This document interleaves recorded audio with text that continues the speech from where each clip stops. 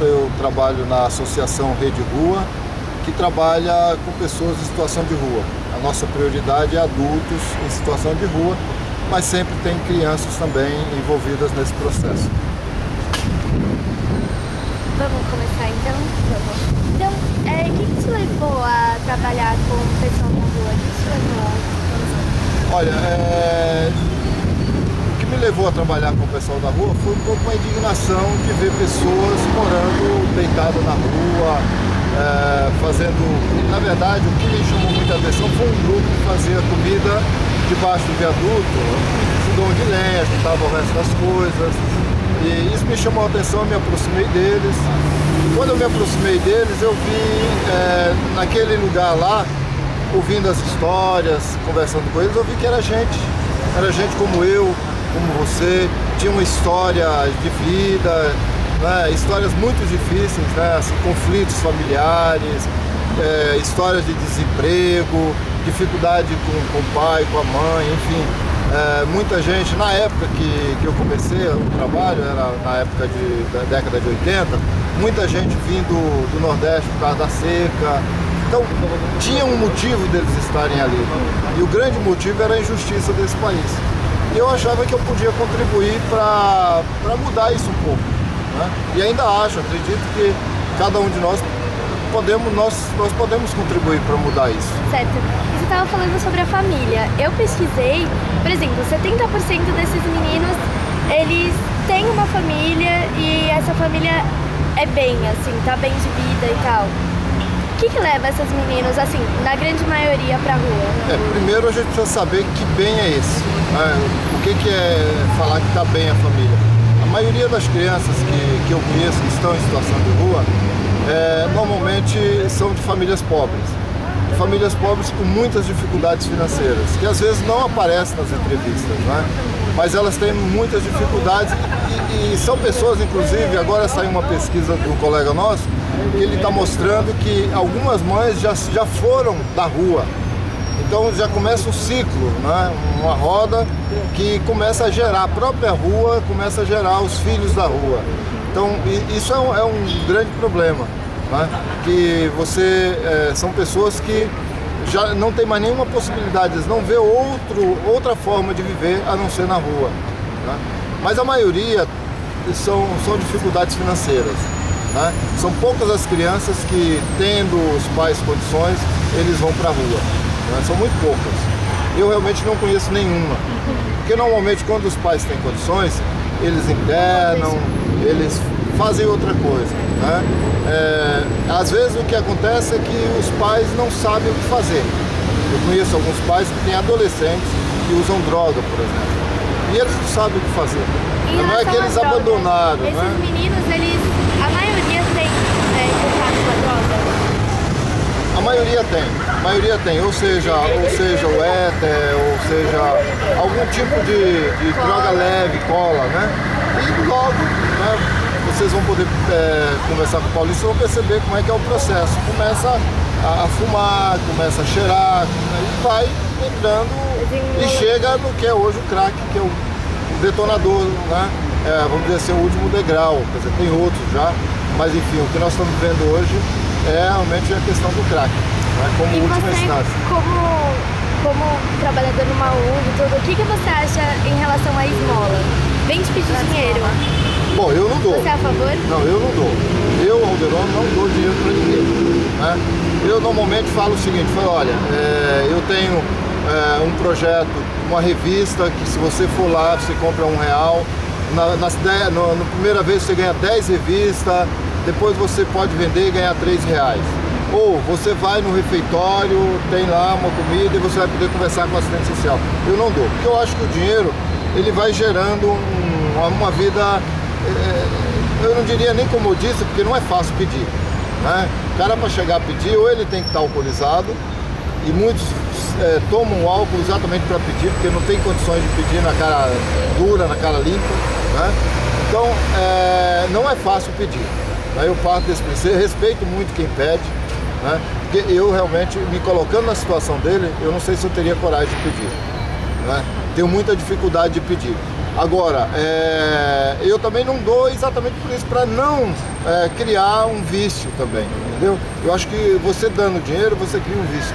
E no Brasil nós temos uma cultura de muito dar esmola, não para ajudar a pessoa, mas para ajudar a mim mesmo, não para resolver o problema do outro. Eu quero salvar a minha alma, porque eu sou bonzinho, eu dei uma esmola para ele. Se for assim, eu estou no inferno.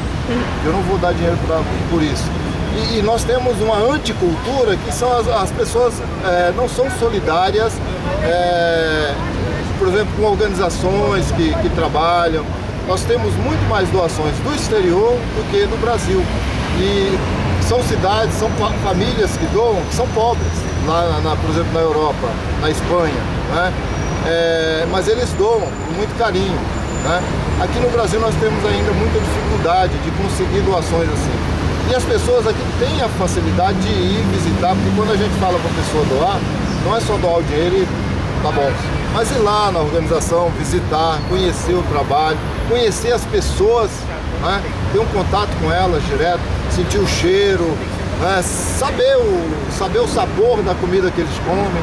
Por exemplo, eu quando vou no albergue, eu faço questão de comer com eles, porque a comida que eles comem tem que ser a mesma que eu como, não pode ser diferente. Então, um pouco é isso, eu nem sei o que eu estou respondendo.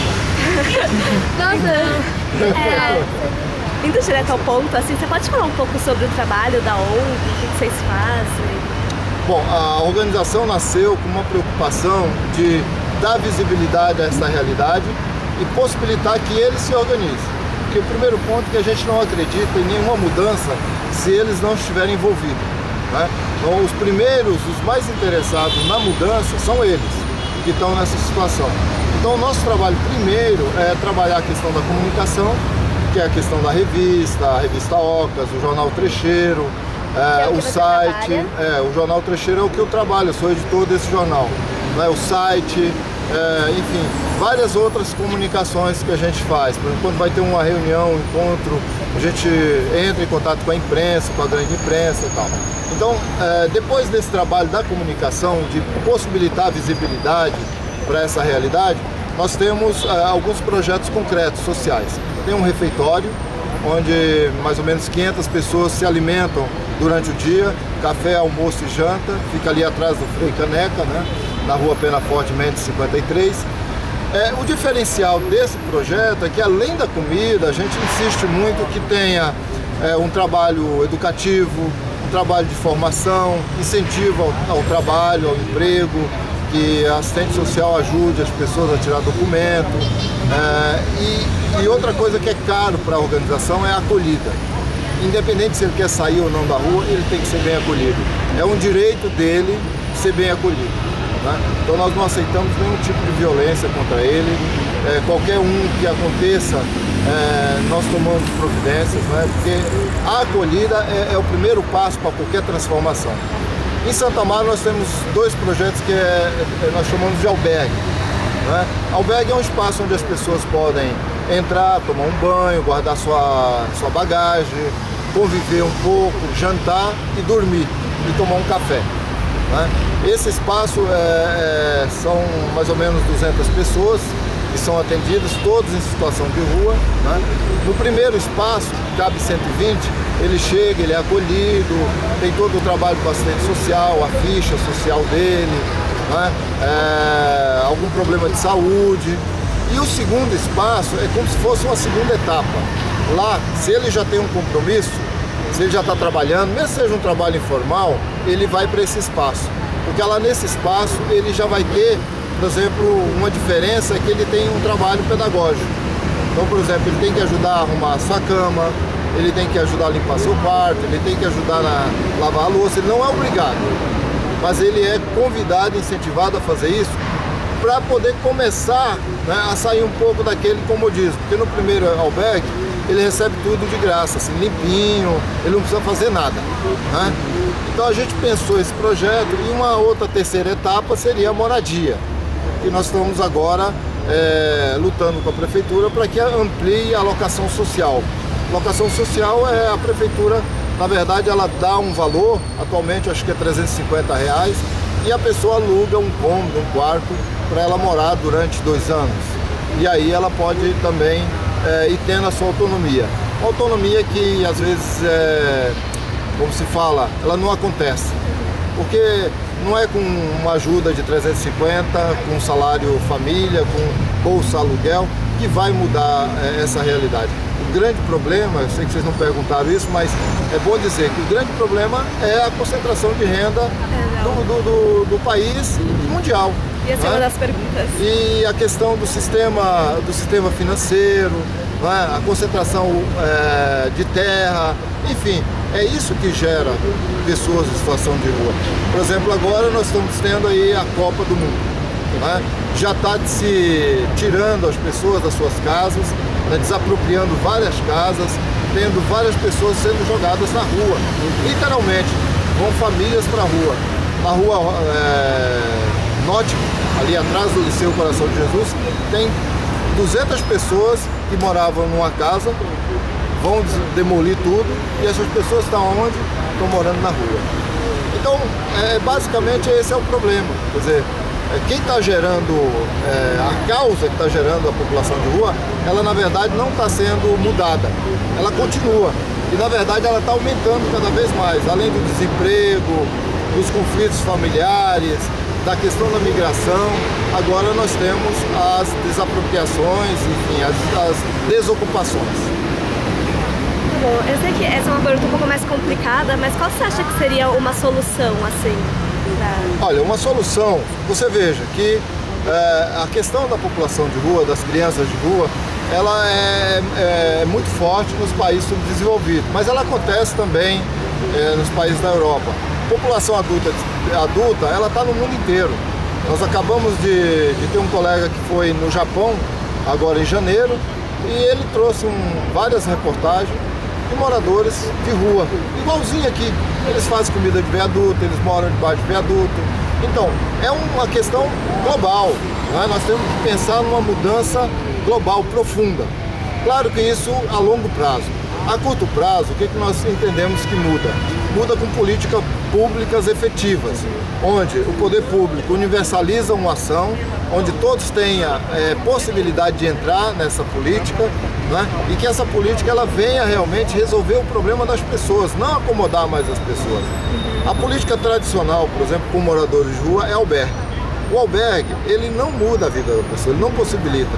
No entanto, se nós casarmos o albergue com um programa de moradia, né, onde a prefeitura tenha alguns equipamentos, que a gente chama prédios, né, que seja da prefeitura, seja do poder público, que ele loca para essas pessoas, né, e possibilita uma formação, possibilita uma geração de renda alternativa, nós vamos mudar o quadro. Tem uma pesquisa de 2009 da população de rua que mostra que 30% da população de rua está pronta para trabalhar. Lógico, eles não vão trabalhar na informática, banco de dados, mas são pessoas que, por exemplo, podem cuidar das praças, são pessoas que podem trabalhar na construção civil, são pessoas que podem trabalhar na limpeza da cidade, enfim, porque a formação de quem está em situação de rua, ela, no geral, ela é baixa, ela é muito baixa. Então, você teria que investir muito em educação, né? Isso é uma outra saída também. Mas na educação não se investe nem para quem não está em situação de rua. O outro problema é a saúde, que também acontece com todos nós. Até quem tem convênio hoje tem dificuldade, né? Imagine quem está em situação de rua. Para um atendimento no médico, ele leva 2, 3 meses, olhe lá. Né? Por exemplo, nós temos muitas pessoas, me parece que o dado é de 75% mais ou menos, que são dependentes de álcool. Alguns conjugam o álcool e a droga, né? Como é que essas pessoas vão poder trabalhar? Então, se você não tem um programa que junta tudo isso, nós chamamos de intersetorialidade. Você tem que juntar Secretaria de Assistência Social, Habitação, Saúde, Educação, para que se resolva e possibilite que as pessoas saiam dessa situação, saiam desse ciclo vicioso, né? Que ele entra no albergue e ele fica girando ali nos programas da prefeitura. A mesma coisa é o Bolsa Família, né? Hoje mesmo um colega da rua, num ato que nós fizemos lá no Anhangabaú, falou: eu não quero esses R$70. Esses R$70 para mim não serve para nada. Ele mora na rua e ele tem razão, Né? Então a mudança é políticas públicas sérias, que os governantes façam isso. Gente, posso parar rapidinho?